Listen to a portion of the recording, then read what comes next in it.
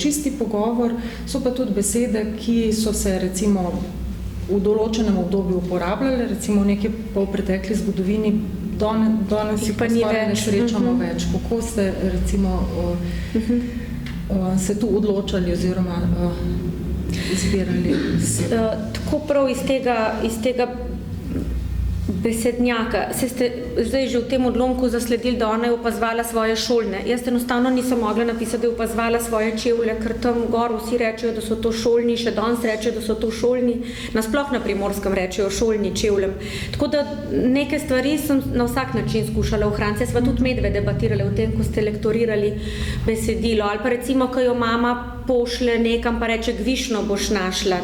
Ne moreš reči, gotovo boš našla, ker je mama to rekla. Ali pa kar vprašaj, kar vprašaj, pa sva pustile v dialogu, sva pustile. Tako, ne vem, po intuiciji sem to naredila. Ker kjer so opisi, a ne ostane knjižni jezik, medtem ko kjer so pa dialogi, pa ne moreš. Niso prav narečni, ker to bi potem bili sami dvojni v-ji, tam gor. Težko zapisati, a ne? Pa ne bi bilo veš, ampak bi bilo wish. Pa tako, to se ne da niti napisati. Tam je bila ena sestra z tistih hribov, da bi se rekli wish. Ja. Ne moraš vedeti, rečejo oni. Tako da to se niti napisati ne da. Ampak take besede, ki se jih pa da lepo napisati, pa ki so res razumljive, pa so. Tako. Jaz sem se hotela prav naučiti, ampak to se ne moreš naučiti tega hribovskega dialekta. In pol sva z možem, to je ena anekdota, tako za vmes, da ne bomo samo o groznih stvarih govorili. In sva šla, v Idriji sva prespala, ko sva šla prvič s kolesom tja gor in so nama spravili v gostilni kolo v kuhno. In pol sem rekla, jaz si moram prav zapomniti, kako ti ljudje govorijo, se bo meni stavk zapomnila. In pol je zjutraj rekel kuhar, ki nam je dal kolesa ven. Sem rekla, no hvala, ker ste nama kolo spravili. In rekel mi smo se že malo pa kuhar v azil. To sem se naučila. No, odlično. Tega verjetno danes nismo pričakovali. Da sem se jaz naučila. Izobraževali v narečjih. Ja, tako kot ste vi komunikativni, je tudi ta roman zelo komunikativno napisan. Kar pomeni, da se zelo hitro, zelo z lahkoto bere, kar seveda ne pomeni, da je lahkoten, ampak to je posebna kvaliteta.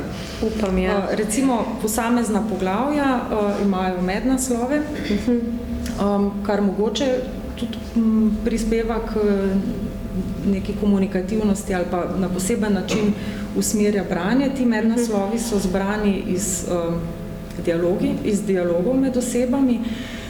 In zanima me recimo, kako ste tej vsebini, ki ste imeli pred sabo, kako ste iskali pravo obliko, ker navadno pač rečemo, harmonija med vsebino in obliko in potem gre za dobro besedilo. Ja, to je najtežje. Vsak, ki se loti romana, Cvetka, ve na začetku, ve, da to ni ta slog, ampak nekako moraš začeti. Ko začneš, rečeš, se je to jasno, da to ne bo tako, ampak da bo malo drugače, pa da pol pravi slog še najdeš. Hvala Bogu imamo računalnike, Jaz si še zmeram ne moram misliti, kako je Tolstoj napisal Vojno in mir. Žena mu je prepisovala, ampak žena mu je pa 12-krat to prepisala. 12-krat mu je prepisala, nazadnje jo je razdedinil. Nazadnje je dal v ruski družbi avtorske pravice. Ampak jih je pol ona nazaj dobila, ker se celo ruski družbi to ni zdel pošten. Skratka, ne vem, ko začnem, rečem, brez veze, da se že zdaj odločim za slog, ker itak ne bo to, bom pol videla, kako bo šlo. Jaz sem se na začetku odločila samo za to prvo osebo. In seveda, prav tako je za kratke povedi. Zato, ker če otrokova perspektiva mora biti kratke povedi.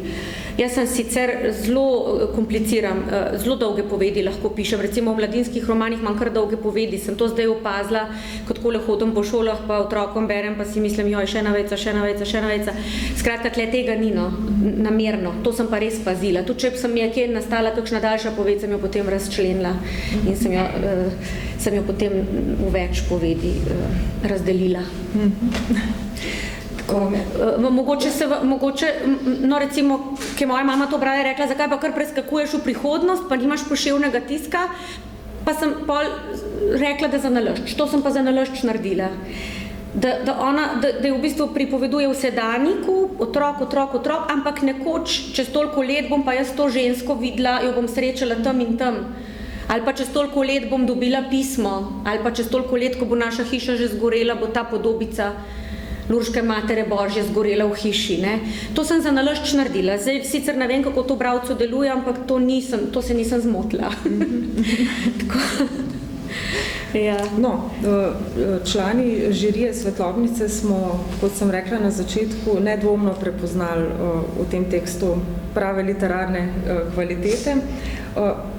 Vas pa tako nekoliko za hec vprašam, na kaj ste pa vi najbolj ponosni v zvezi s tem romanom? Kaj se vam zdi, da vam je najbolj uspelo? Ali pa... Mogoče bi bilo pa vsem bolj, da bi mi vprašanja prej poslala.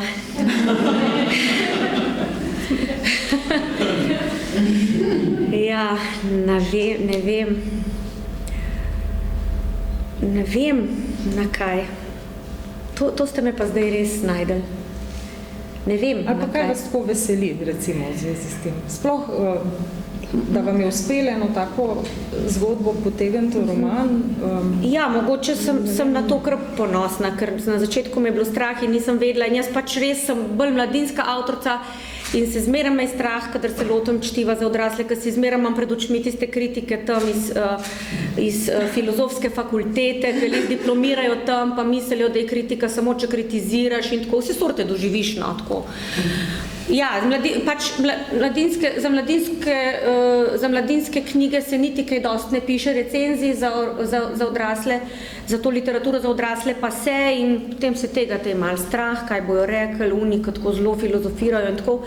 In da sem to sploh skupaj spravila. Mogoče se mi zdi, da mi je konc ratov, no? Da mi je konc ratov s tem fiktivnim pogledom v preteklost, ko si ona predstavlja, kako bi bilo, če bi bilo drugače.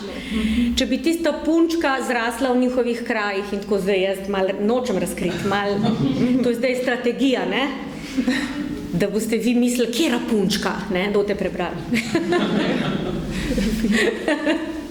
Mogoče bi pa zdaj še eno domek nam prebrali. Ja, pa ne konca, ne? Da boste vi pol do konca prišli.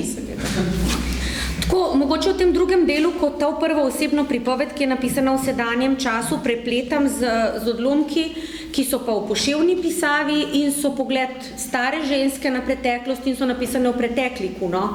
Tako da tukaj imamo skozi, imamo v tem pokončnem tisku, imam ves čas zgodbo, ki ji sledimo, ki je napisana v sedanjiku, potem se pa v enih takih medpoglavjih vzpostavim pogled ostarele ženske, ki pa nazaj gleda in to sem pa spet namerno preteklik postavlja. Takole pravi. Mislim, da se v druge brate in sestre ni tako zarezalo kot vame. Verjetno so se trudili pozabiti in jim je uspelo, meni pa ne. Zaklenjena skrinja sem in moj ključ se je izgubil na pogorišču. Skrite podobe so me napolnile do zadnjega prostorčka. Zdaj počasi lezejo ven skozi špranje, kakor zmečkano milo med otroškimi prsti. V naravi stvari bledijo, umirajo, razpadajo, v meni pa se že leta krepijo, večajo se in so vse bolj prekrvavljene. Tega me je strah. Lahko bi začele poganjati iz mene kakor trava, ki jo posuši zmoči dež. Niti svojemu možu nisem vsega povedala, da je brat pogrešan to že, ne pa tudi zakaj se je skrival. Mož je mogoče slutil, zato me nikoli ni spraševal o njem. Jožef zanj preprosto ni več obstajal. Spadal je k obveznemu davku, ki ga je za tisto, kar so imenovali svoboda, plačala skoraj vsaka družina. Preden zaspim, urejam misli, kot da bi grabila travo. Če mi jo uspe spraviti na rob se nožeti, da imam pred seboj čistino, lahko zaspim. Kadar pa za mano ostajajo zaplate, se moj nemir zapleta vanje in se spotika v begu pred modrasi. Hvala.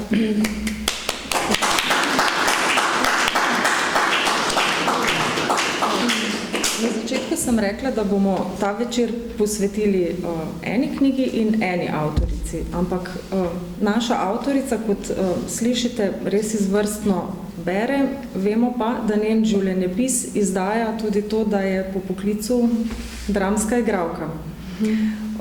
Končala Ljubljansko akademijo za gledališče, radio, film in televizijo, bila nekaj časa angažirana v Slovenskem ljudskem gledališču v Celju in Primorskem dramskem gledališču v Novi Gorici.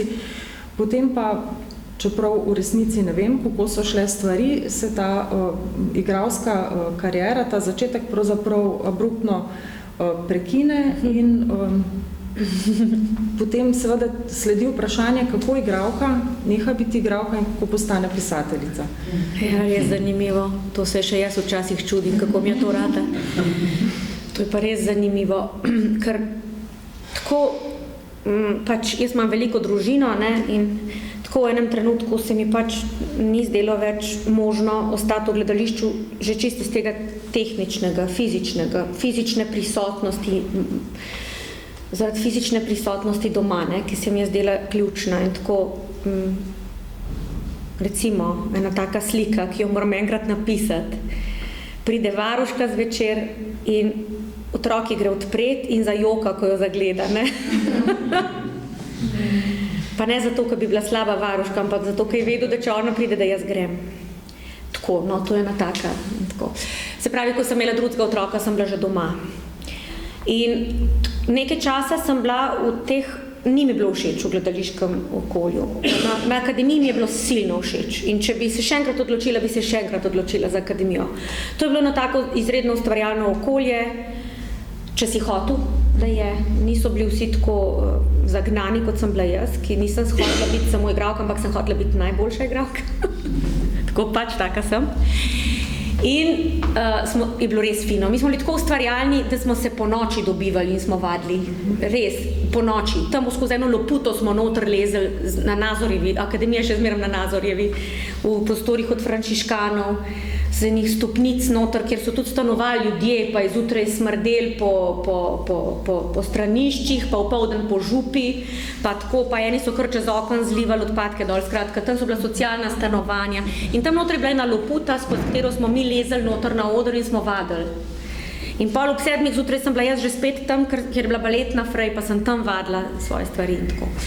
Skratka, na eni točki se mi je to institucionalno gledališko delo uprlo, tako v tem hoditi v službo, tam viseti, tam kvantati, čakati, da prideš na oder, skratka, popolnoma brezploden čas. Tako, nikoli več nisem začutila tiste neverjetne ustvarjalne energije v gledališču institucionalnem kot prej na akademiji, tako kot sem si predstavljala. Tako da je bilo več dejavnikov, ki so na to vplivali, da sem jaz kar naenkrat odpeketala, kar tako odpeketala in mislim, odigrala sem eno predstavo do konca, ampak za abonma, tistih 5 ponovitev, ki je bila za nič predstava, tako da ni bilo pol srečno nobenih dodatnih ponovitev, pa gostovanj pa tega.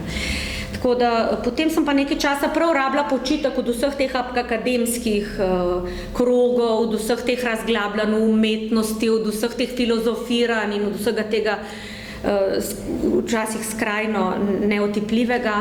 In sem si predstavila, da zdaj bom pa jaz kar doma, pa bom za otroke skrbela pa tako. Sam mi seveda ni to zadostovalo za dolgo časa, dokler sem plenice prala. Kako je potem prišlo pisanje? To je pa potem prišlo tako, da sem imela pa potrebo napisati, zdaj bi pa jaz mogoče nekaj res lepega počela. Pisala sem itak vedno, to je bil moj življenjski slog, samo nikoli na tak način, da bi hotela objavljati, ker sem pač imela drug kanal, skozi katerega sem se izražala in potem sem si želela za otroke pisati. No. Tako. In mogoče je prva moja zgodba nastala iz tega, to sem se danes spomnila, ker smo se peljali nekam na izlet, pa je moj 5-leten sin, jaz sem bila noseča, pa je vprašal, ti mami, dej, kako je ta dojenček pravzaprav prišel v tvoj trebuh? Ja, in jaz sem rekla, to je zdaj to moram jaz zdaj nekako povedati, ne. In potem sem, tako fajn mi je ratalo, tako fino sem povedala, takrat mi je res fino ratalo in sem rekla, to moram pa jaz zapisati, to sem pa v redu povedala. No tako, iz tega je pa nastala Lučka zgodba o rojstvu. To je bila pol prva taka zgodba. Moram pa reči, da sem to delala tako, da sem ostala ob 4 in do 8, ko so otroci vstali, sem jaz že nekaj napisala. No. Takrat, ko sem bila tako mlada, je to šlo, zdaj to tudi slučajno ne bi šlo. Ker zdaj spim zjutraj. Ja. Takrat je šlo, no. Takrat mlada mamica, ki še dojima, ogromno ene energije, ne vem, kaj delajo ti hormoni, jaz sem bila neverjetno, sem imela dosti energije, no. Tako pol po kosilu me je seveda zmanjkalo za mizo. No, ampak z gledališčem niste čist prekinili vsaj z gledališko besedo, ne, ste tudi pedagoginja na umetniški gimnaziji v Novi Gorici. Zanima me, kakšna je vaša izkušnja pri delu z mladimi, ne? Ker pregovorno rečemo, da mladi ne marajo knjig, da ne marajo brati, da nimajo odnosa do jezika, da sploh nimajo več odnosa do slovenščine, ker bi raje se pogovarjali in pisali kar v angleščini. Vi imate pač mogoče boljšo izkušnjo, ker se ukvarjate z mladimi, ki bodo šli recimo v neke bolj umetniške poklice, kjer beseda vendarle ima neko večjo težo kot nekako nasplošno. Kakšna je ta vaša izkušnja? Da ti naši dijaki, ki se upisujejo na umetniško gimnazijo, dramsko-gledališke smeri, so gotovo bolj v družboslovje usmerjeni. Niti nimajo dovolj, v samem predmetniku splošnih predmetov nimajo dovolj naravoslovja, da bi šli lahko recimo medicino, kemijo, matematiko študirati. Tako da so. Ja, včasih sem malo razočarana, no, to, kar moram priznati, da ni lahko. Da čutim razliko. Ne vidiš več, takole, ko greš po šoli, ne vidiš več otrok s knjigo. Ne. Tega res ne vidiš več. Mislim, če jaz vidim koga s knjigo, jaz se tako razveselim, jaz kar aleluja vzklikam v sebi, tako sem vesela, ko vidim mladega človeka, da je s knjigo. Ne. Tam čepijo in štrkajo po telefonih. Pač mislim, da so preveč zasičeni, da se zelo težko poglobijo. Profesori, ki učijo slovenščino, pravijo, da se sploh zelo težko, da če vidijo en tekst, recimo ravno včeraj mi je rekel kolega, ki uči slovenščino, da imajo in pač da en intervju za prebrati in oni reče, a toliko, to je njim težko prebrati en intervju, pa je zanimiv, ampak jim je težko prebrati, ne vem, v učbeniku, ko imajo intervju. Tako da težko se spravijo brati. Recimo jaz vem iz prve roke, da lani, ko so imeli Tolstoja, Ano Karenino, za maturo, da je niso vsi prebrali. In potem so še eni naši kolegi začeli govoriti, ja, kaj pa dajo toliko težko, pa toliko debelo knjigo. In potem jaz sam gledam, čakajte, a smo mi na gimnaziji, ali bomo mesari, ali kaj bomo, ali bomo res rekli, da zdaj naši ubogi gimnazijci, ki morajo eno Tolstojevo delo prebrati za maturo, ki imajo eno leto časa, februarja zvejo, kaj bojo brali naslednje leto in kaj bojo pisali po prvomajskih praznikih naslednje leto na maturi. No, tako da to sem razočarana. Ampak vsakega mečkega premika sem vesela, ko jih vidim, da jih nekaj prime, da jih nekaj zanima. Tako sem pač pol vesela. Pač vsaka mama ve, da kako drobne stvari nas osrečujejo. Kako drobni premiki nas osrečujejo. Pa čeprav tako fižolček usadiš, pa nič narase, pa ga pol že odkoplješ, ne, da vidiš, kalček je ven prišel, pa hitro nazaj zabrskaš. Da smo pač tega veseli, da je kalček ven prišel, ne. Kako pa recimo pri vas v družini, rekli ste, imate pač veliko družino za današnji čas, nekoliko nenavadno, ampak seveda zelo, zelo pohvalno. Kaj pa vaši otroci, imajo kakšen drugačen odnos do branja ali pa do poslušanja zgodb, ker je pač mama pisateljica? Mogoče vsaj zato, ker so ponosni na to. To jim gre malo na živce. Jaz se ob tem spomnim na Astrid Lindgrena, ne. A veste, kaj je ona rekla, kaj ne je rekla hčerka, ko si je Astrid Lindgren želela posvetilo napisati v Piko Nogavičko svojih hčerki Ingrid, bi napisala v zahvalo Ingrid, ki se je domislila Pipi dolga nogavica, ne. Je rekla Ingrid, lepo te prosim, mama, samo v te neumnosti me ne mešaj. Tako nekako, no, tako, ne, da oni so ponosni, da sem jaz pisateljica, ampak jim gre na živce, če jim v šoli, recimo, to so te stereotipi pola, ne, kaj pa reče učiteljica, no, ti, Julija, boš pa ja dober spis napisala, kaj je mama pisateljica. In ona, zakaj bi jaz morala dober spis napisati, če je mama pisateljica? Jaz sem jaz, mama je pa mama. Tako. In pa je ta upor v puberteti, ne maram slovenščine, ne maram, zato ker vsi mislijo, da moram jaz imeti rad slovenščino. Pa tako. So pa bralci, no, so pa dobri bralci, na to pa sem ponosna, no, če smo želeli pri tem, na kaj sem jaz ponosna. To, da berejo, to pa so, ja. Ampak to je pa res, tega ne more šola dati, no, to je pa tisto, ki pa so starši, če že majhnemu otroku vsak večer bereš, da sploh ne gre spat, da mu ne bereš. To potem ostane, tudi če za nekaj časa umolkne, no, tako. Ja, res je ta stik z mladimi pravzaprav pri vas najbolj izrazit, ker tudi največ del ste napisali za mlade. Jaz bi vam prebrala zdaj naslove teh knjig, pa ne zato, ker bi se jih morali zapomniti, ker jih je res ogromno, ampak zato, ker so mi zanimivi. Začeli ste Šmarničnimi berili za otroke pod Marijinim plaščem, to je bilo leta 2004, potem so sledile že omenjena knjiga Lučka zgodba o rojstvu, potem Ravno prav velik, Skrivališče, Mi smo slike, Krilate in kosmate basni, Nihče ne ve, Poleti letim, Kakšno drevo zraste iz mačka, Cufkova podeželska pustolovščina, Društvo starejših bratov, Lica kot češnje, Kdo je danes glavni in zadnja, Avtobus ob 3. A so otroci res tak navdih ali je mogoče pisanje za njih, razlog za pisanje za njih kje drugje? Slišala sem že avtorje, ki pišejo tako knjige za odrasle kot knjige za mlade in za otroke, rečejo, sej za otroke napišeš mimo grede. Jaz v to nisem čisto prepričana. Tukaj imamo Cvetko, mojo prijateljico, Cvetko Sokolov, mladinska pisateljica, tako da mimo grede. Ja, res mimo grede. Najtežje je napisati mladinski roman meni, tako najtežje mladinski roman. Funkcionira resnično kot mladinski roman. Ja, to je meni bilo najtežje. Lica kot češnje sem 5-krat napisala na novo. Mislim, mogoče, da sem 5. že v 4. varianto malo porabila, ampak drugo varianto sem napisala čist na novo, zato ker takoj začneš moralizirati, takoj se ti začne tvoj junak smiliti, ga si ga ne upaš spustiti v kakšne malo težje preizkušnje, do njega že skoraj materinski odnos vzpostaviš. Ja, ga šparaš, se bojiš za njega, kaj se mu bo zgodilo, joj, ne preveč hudo. Potem tretjič je to, da ko smo bili mi stari 15 let, je bilo vse drugače. Jaz sem imela grozne težave s tem, kako sploh te nove tehnologije, kaj narediti s tem, ali si bojo SMS-e pošiljali, bomo kar Facebook dali v roman, pa Facebooka takrat, ko roman izide, mogoče ne bo več, pa tako. Tako da to je bilo meni najtežje, sploh zato, ker ti se zdi tako najstnik, tako nedotakljiv, ker se ti zdijo njegova čustva nedotakljiva, tako